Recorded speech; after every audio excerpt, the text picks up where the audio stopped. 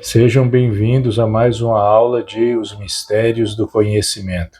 Na aula de hoje, nós vamos estudar Gênesis capítulo 3, versículo 3, do Manual do Aluno do Velho Testamento.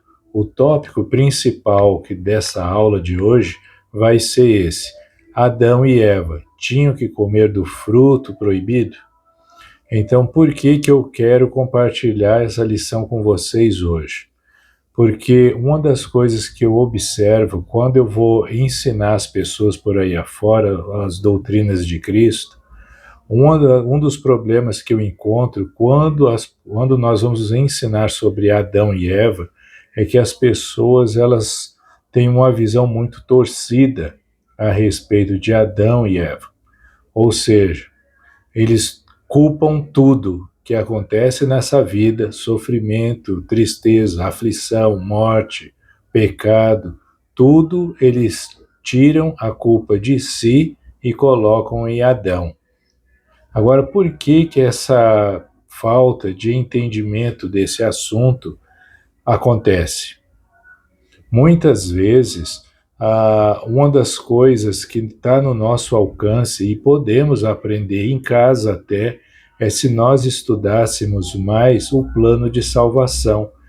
O que é o plano de salvação? O plano de salvação é um plano que Jesus Cristo e o Pai dele prepararam desde antes dessa terra ser organizada e feita. Esse plano, ele diz com detalhes a respeito de onde nós estávamos antes de vir para essa terra, por que estamos aqui e para onde iremos depois dessa vida. Só que, em virtude da falta de compreensão desse plano de salvação, eu acredito que é exatamente por falta do conhecimento desse plano que as pessoas falam tão mal de Adão e Eva, por eles não conhecerem o plano de salvação. Nas Escrituras, esse plano é conhecido como plano de salvação ou plano de redenção. Então, eu acredito que se todos nós estudássemos o plano de salvação, com certeza a nossa compreensão ia ampliar e nós iríamos deixar de falar mal de Adão e Eva. Só que o meu propósito hoje é ajudar todos a entendermos que o período que Adão viveu e que nós vivemos tem muitas diferenças.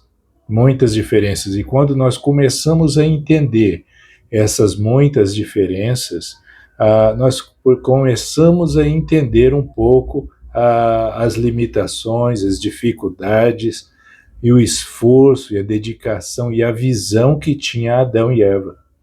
Então, isso que eu quero compartilhar com vocês hoje, nessa aula, para que a gente possa entender. Nós vamos dividir essa aula em 2 períodos de tempos diferentes, que é chamado de antes da queda de Adão e o período depois da queda de Adão.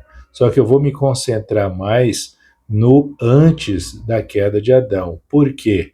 Porque já que as pessoas elas têm uma compreensão que o período que Adão viveu e o que nós vivemos são semelhantes ou iguais, nesse vídeo eu quero mostrar para vocês que não era. Não era nem um pouco igual o período que nós vivemos hoje com os de Adão e Eva. As coisas que eles enfrentaram e o que nós enfrentamos e as mudanças que eles passaram e o que nós passamos são bem diferentes. Então, para ajudar todos nós a entendermos sobre esse assunto, eu vou tentar compartilhar com vocês um pouco de cada vez, lentamente, para que todos possam entender o assunto. Vamos ver algumas diferenças que existem, ou existiram, melhor dizendo, com Adão e Eva e nós. É a primeira diferença que nós vamos ver, a maioria disso que eu vou falar para vocês é antes da queda. Então, a primeira escritura que eu quero compartilhar com vocês, elas se encontram no livro de Gênesis, capítulo 2, versículo 17.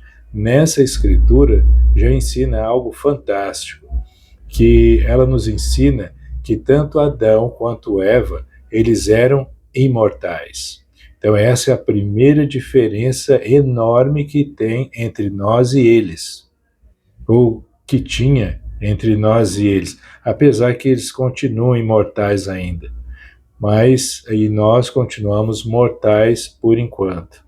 Então a segunda parte para entendermos sobre a vida de Adão e Eva se encontra em Gênesis capítulo 2, versículo 15 a 17 e Gênesis 3, capítulo 9 ao 10. Nessas escrituras, elas nos ensinam algo muito importante também, que eles, Adão e Eva, eles viviam com muita frequência na presença de nosso Deus. É algo também que é uma diferença muito grande, porque a tendência nossa, hoje em dia, é mais frequente de ficarmos distantes da presença de Deus em virtude dos nossos pecados. Agora, graças ao sacrifício expiatório que Jesus Cristo ele fez, quando nós nos arrependermos de nossos erros, aí nós podemos nos aproximar do nosso Salvador Jesus Cristo e do Pai dele novamente. Então, essa é a segunda opção. A terceira opção, não opção, mas uma maneira de vida que Adão ele enfrentou e que não foi nada fácil para ele, se encontra lá no livro de Mormon, em 2 Nefe, capítulo 2, versículo 22 e 23. Nesses versículos e nessa escritura, ela nos ensina que Adão e Eva, eles não poderiam ter filhos. Olha que coisa incrível. Isso é uma consequência muito, muito grande, porque se Adão não pudesse ter filhos com Eva, isso significa que nós, hoje, não estaríamos aqui. Todas as experiências que passamos, tanto boas quanto ruins, nós jamais iríamos conhecer. E isso é muito importante para o nosso aperfeiçoamento e para voltarmos à presença de Deus, precisamos adquirir essas experiências e conhecimento. Só que se Adão não pudesse ter filhos, nós não iríamos existir. Por incrível que pareça, eu já andando por aí ensinando algumas pessoas, encontrei um grupo de pessoas também que foram totalmente contra esse ensinamento. Eles falaram assim, não, você está errado. Mesmo se Adão não tivesse transgredido, ele ia ter filhos sim.